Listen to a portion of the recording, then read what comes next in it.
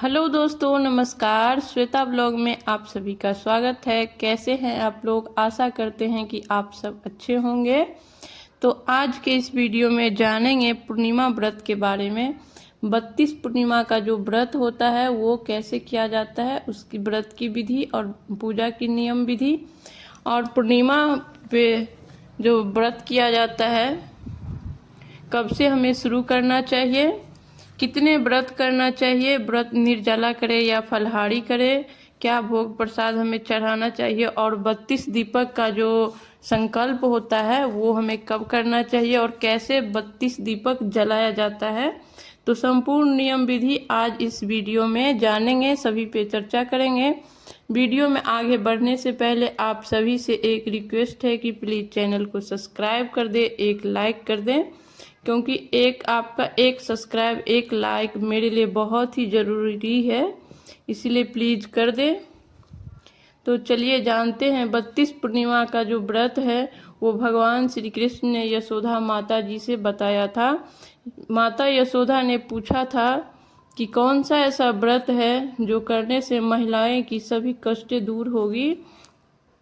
तो भगवान श्री कृष्ण ने बताया था कि 32 पूर्णिमा का व्रत करने से महिलाएं की सभी कष्ट जो है वो दूर होगी। तो इसी कथा पे ये व्रत आधारित है। तो अब जानते हैं इस व्रत को हमें कब से प्रारंभ करना चाहिए, इसकी विशेष माह कौन सी होती है। तो सब जैसे कि आप जानते हैं, चैत्री पूर्णिमा से हम इस व्रत को शुरुआत कर सकते हैं। बैसाखी पूर्णिमा, शरद पूर्णिमा, कार्तिक पूर्णिमा या फिर माघ की पूर्णिमा, इनमें से कोई भी पूर्णिमा से आप पूर्णिमा व्रत का जो है प्रारंभ कर सकते हैं।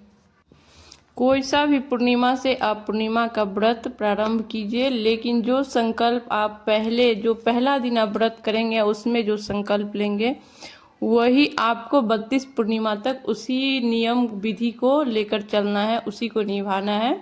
जैसे कि आप फलाहारी अगर संकल्प ले रहे हैं तो फलाहारी करेंगे, अगर निर्जला कर रहे हैं तो आप निर्जला करेंगे। बीच में जो है नियम को चेंज नहीं किया जाता है, मतलब पहले ही आप थोड़ा सोच समझ करके संकल्प लें और उसको आपको 32 पूर्णिमा तक करना है।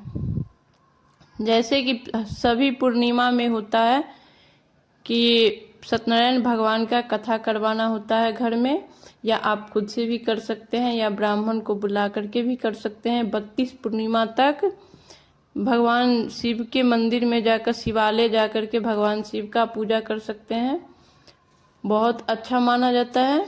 और उसके बाद जो है शाम को जब चंद्र उदय होगा तो चंद्रमा को अर्घ दे सकते हैं। दूध में थोड़ा सा कच्चा गाय का दूध और जल को मिक्स करके उसमें थोड़ा सा कुछ मीठा डाल करके चंद्रमा को अर्घ आप जरूर दें। पूर्णिमा के दिन दहलीज पूजन हमें जरूर करना चाहिए, शाम के समय भी और सुबह ब्रह्म मुहूर्त में भी, दोनों टाइम पे। इसका भी विशेष महत्व होता है। पूर्णिमा के दिन आप तुलसी का पूजा कर सकते हैं। तुलसी माता का पूजा थोड़ा विशेष करना चाहिए। तुलसी माता में भी कच्चा दूध, गाय का और जल मिक्स करके, थोड़ा सा मिष्ठान मिक्स करके आप उनको अर्घ दे सकते हैं। और प्रत्येक पूर्णिमा को जो है हमें खीर का भोग, अगर आप व्रत कर रहे हैं फलाहारी, तो आप जिस चीज़ का खीर बना रहे हैं, साबूदाने का, मखाने का या चावल का, अगर फलाहारी कर रहे हैं तो चावल का खीर आप बना करके भोग लगा सकते हैं, लेकिन आप खुद नहीं खाएंगे। जो प्रसाद होगा वो घर में सभी लोग को देंगे, लेकिन आपको नहीं खाना है। अगर आप मीठा भोजन का संकल्प लिए हैं तो आप भी खा सकते हैं, लेकिन खीर का जो प्रसाद होता है वो पूर्णिमा व्रत में विशेष होता है। इसीलिए प्रत्येक पूर्णिमा को खीर बना करके माता लक्ष्मी को और श्री हरि विष्णु को भोग जरूर लगाना चाहिए, और चंद्रदेव को भी भोग लगाना चाहिए प्रत्येक पूर्णिमा को। अब ब्राह्मण को बुला करके छोटा सा हवन आप घर में करें या फिर खुद भी कर सकते हैं। छोटा सा सूक्ष्म रूप से आप हवन कर लें, और उसके बाद जो है आपको ब्राह्मण को भोजन करवा करके उन्हें दान दक्षिणा दे करके उनको विदा करें। ये भी बहुत श्रेष्ठ माना जाता है, इसीलिए प्रत्येक पूर्णिमा में ऐसा भी करना चाहिए। प्रत्येक पूर्णिमा को हमें पूर्णिमा व्रत का जो कथा आता है वो आप खुद से भी पढ़ सकते हैं और ब्राह्मण से भी पढ़वा सकते हैं। अलग अलग जितने भी साल में पूर्णिमा होती है सभी का अलग अलग कथा का पुस्तिका भी आती है, आप उससे भी पढ़ सकते हैं, या फिर कोई एक कथा ले लीजिए, उसको भी आप पूरे 12 पूर्णिमा में 32 पूर्णिमा में पढ़ सकते हैं, या फिर आप पंडित जी से सुन सकते हैं, पंडित जी पढ़ेंगे और आप सुन लीजिएगा। अब जानते हैं कि 32 दीपक हमें कैसे जलाना है। 32 दीपक जो होता है वो हमें बढ़ते क्रम में जलाना है। जैसे पहले पूर्णिमा को आप 1 जलाएंगे, दूसरे पूर्णिमा को आप 2 जलाएंगे, तीसरे पूर्णिमा को 3 जलाएंगे, ऐसे करके जो लास्ट पूर्णिमा होगा उसमें आपका 32 दीपक होना चाहिए। ये दीपक जो है वो आप पूजा जो कीजिएगा उस समय जो आप प्रज्वलित करते हैं, उसके अलावा आटा का या फिर मिट्टी का कोई भी दीपक आप ले सकते हैं।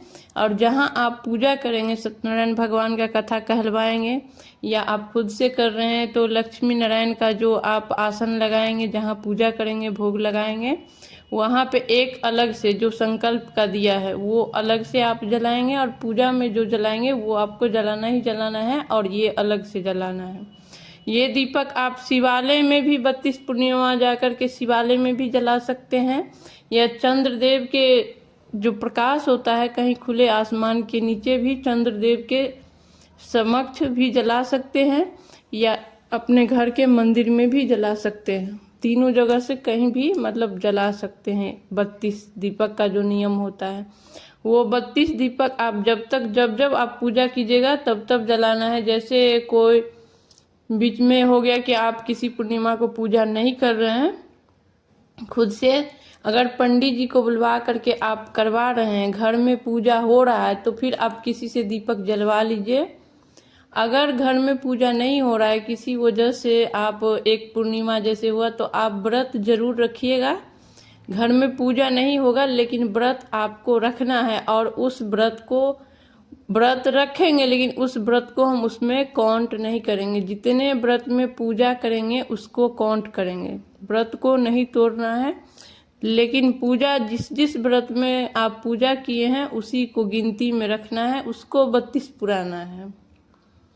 इस तरीके से आप जला सकते हैं। तिल का तेल का जला सकते हैं या फिर घी का जला सकते हैं, लेकिन घी का सर्वश्रेष्ठ होता है, इसीलिए आप घी का जलाएं।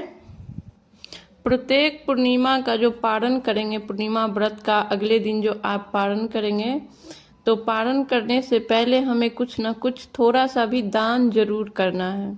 अगर तुरंत में आपको कोई नहीं मिल रहा है, पंडित जी नहीं आ रहे हैं, या फिर कोई दान देने के लिए नहीं मिल रहा है, तो आप दान का सामग्री जो है वो निकाल देंगे, फिर आप पारण करेंगे। उसको मतलब छू लेंगे, छू करके घर में कहीं साइड पे रख देंगे और फिर आप पारण करेंगे।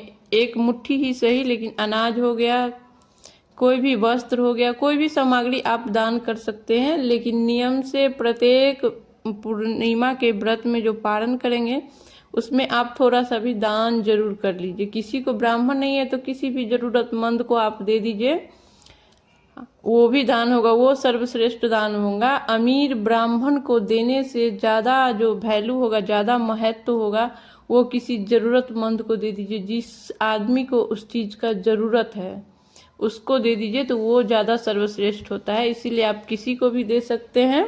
तो आज का वीडियो यहीं पे समाप्त करते हैं, फिर मिलेंगे किसी और नए वीडियो के साथ। तब तक के लिए नमस्कार। वीडियो अच्छा लगा हो, जरा सा भी यूजफुल लगा हो तो प्लीज चैनल को सब्सक्राइब कर दें, एक लाइक कर दें। धन्यवाद।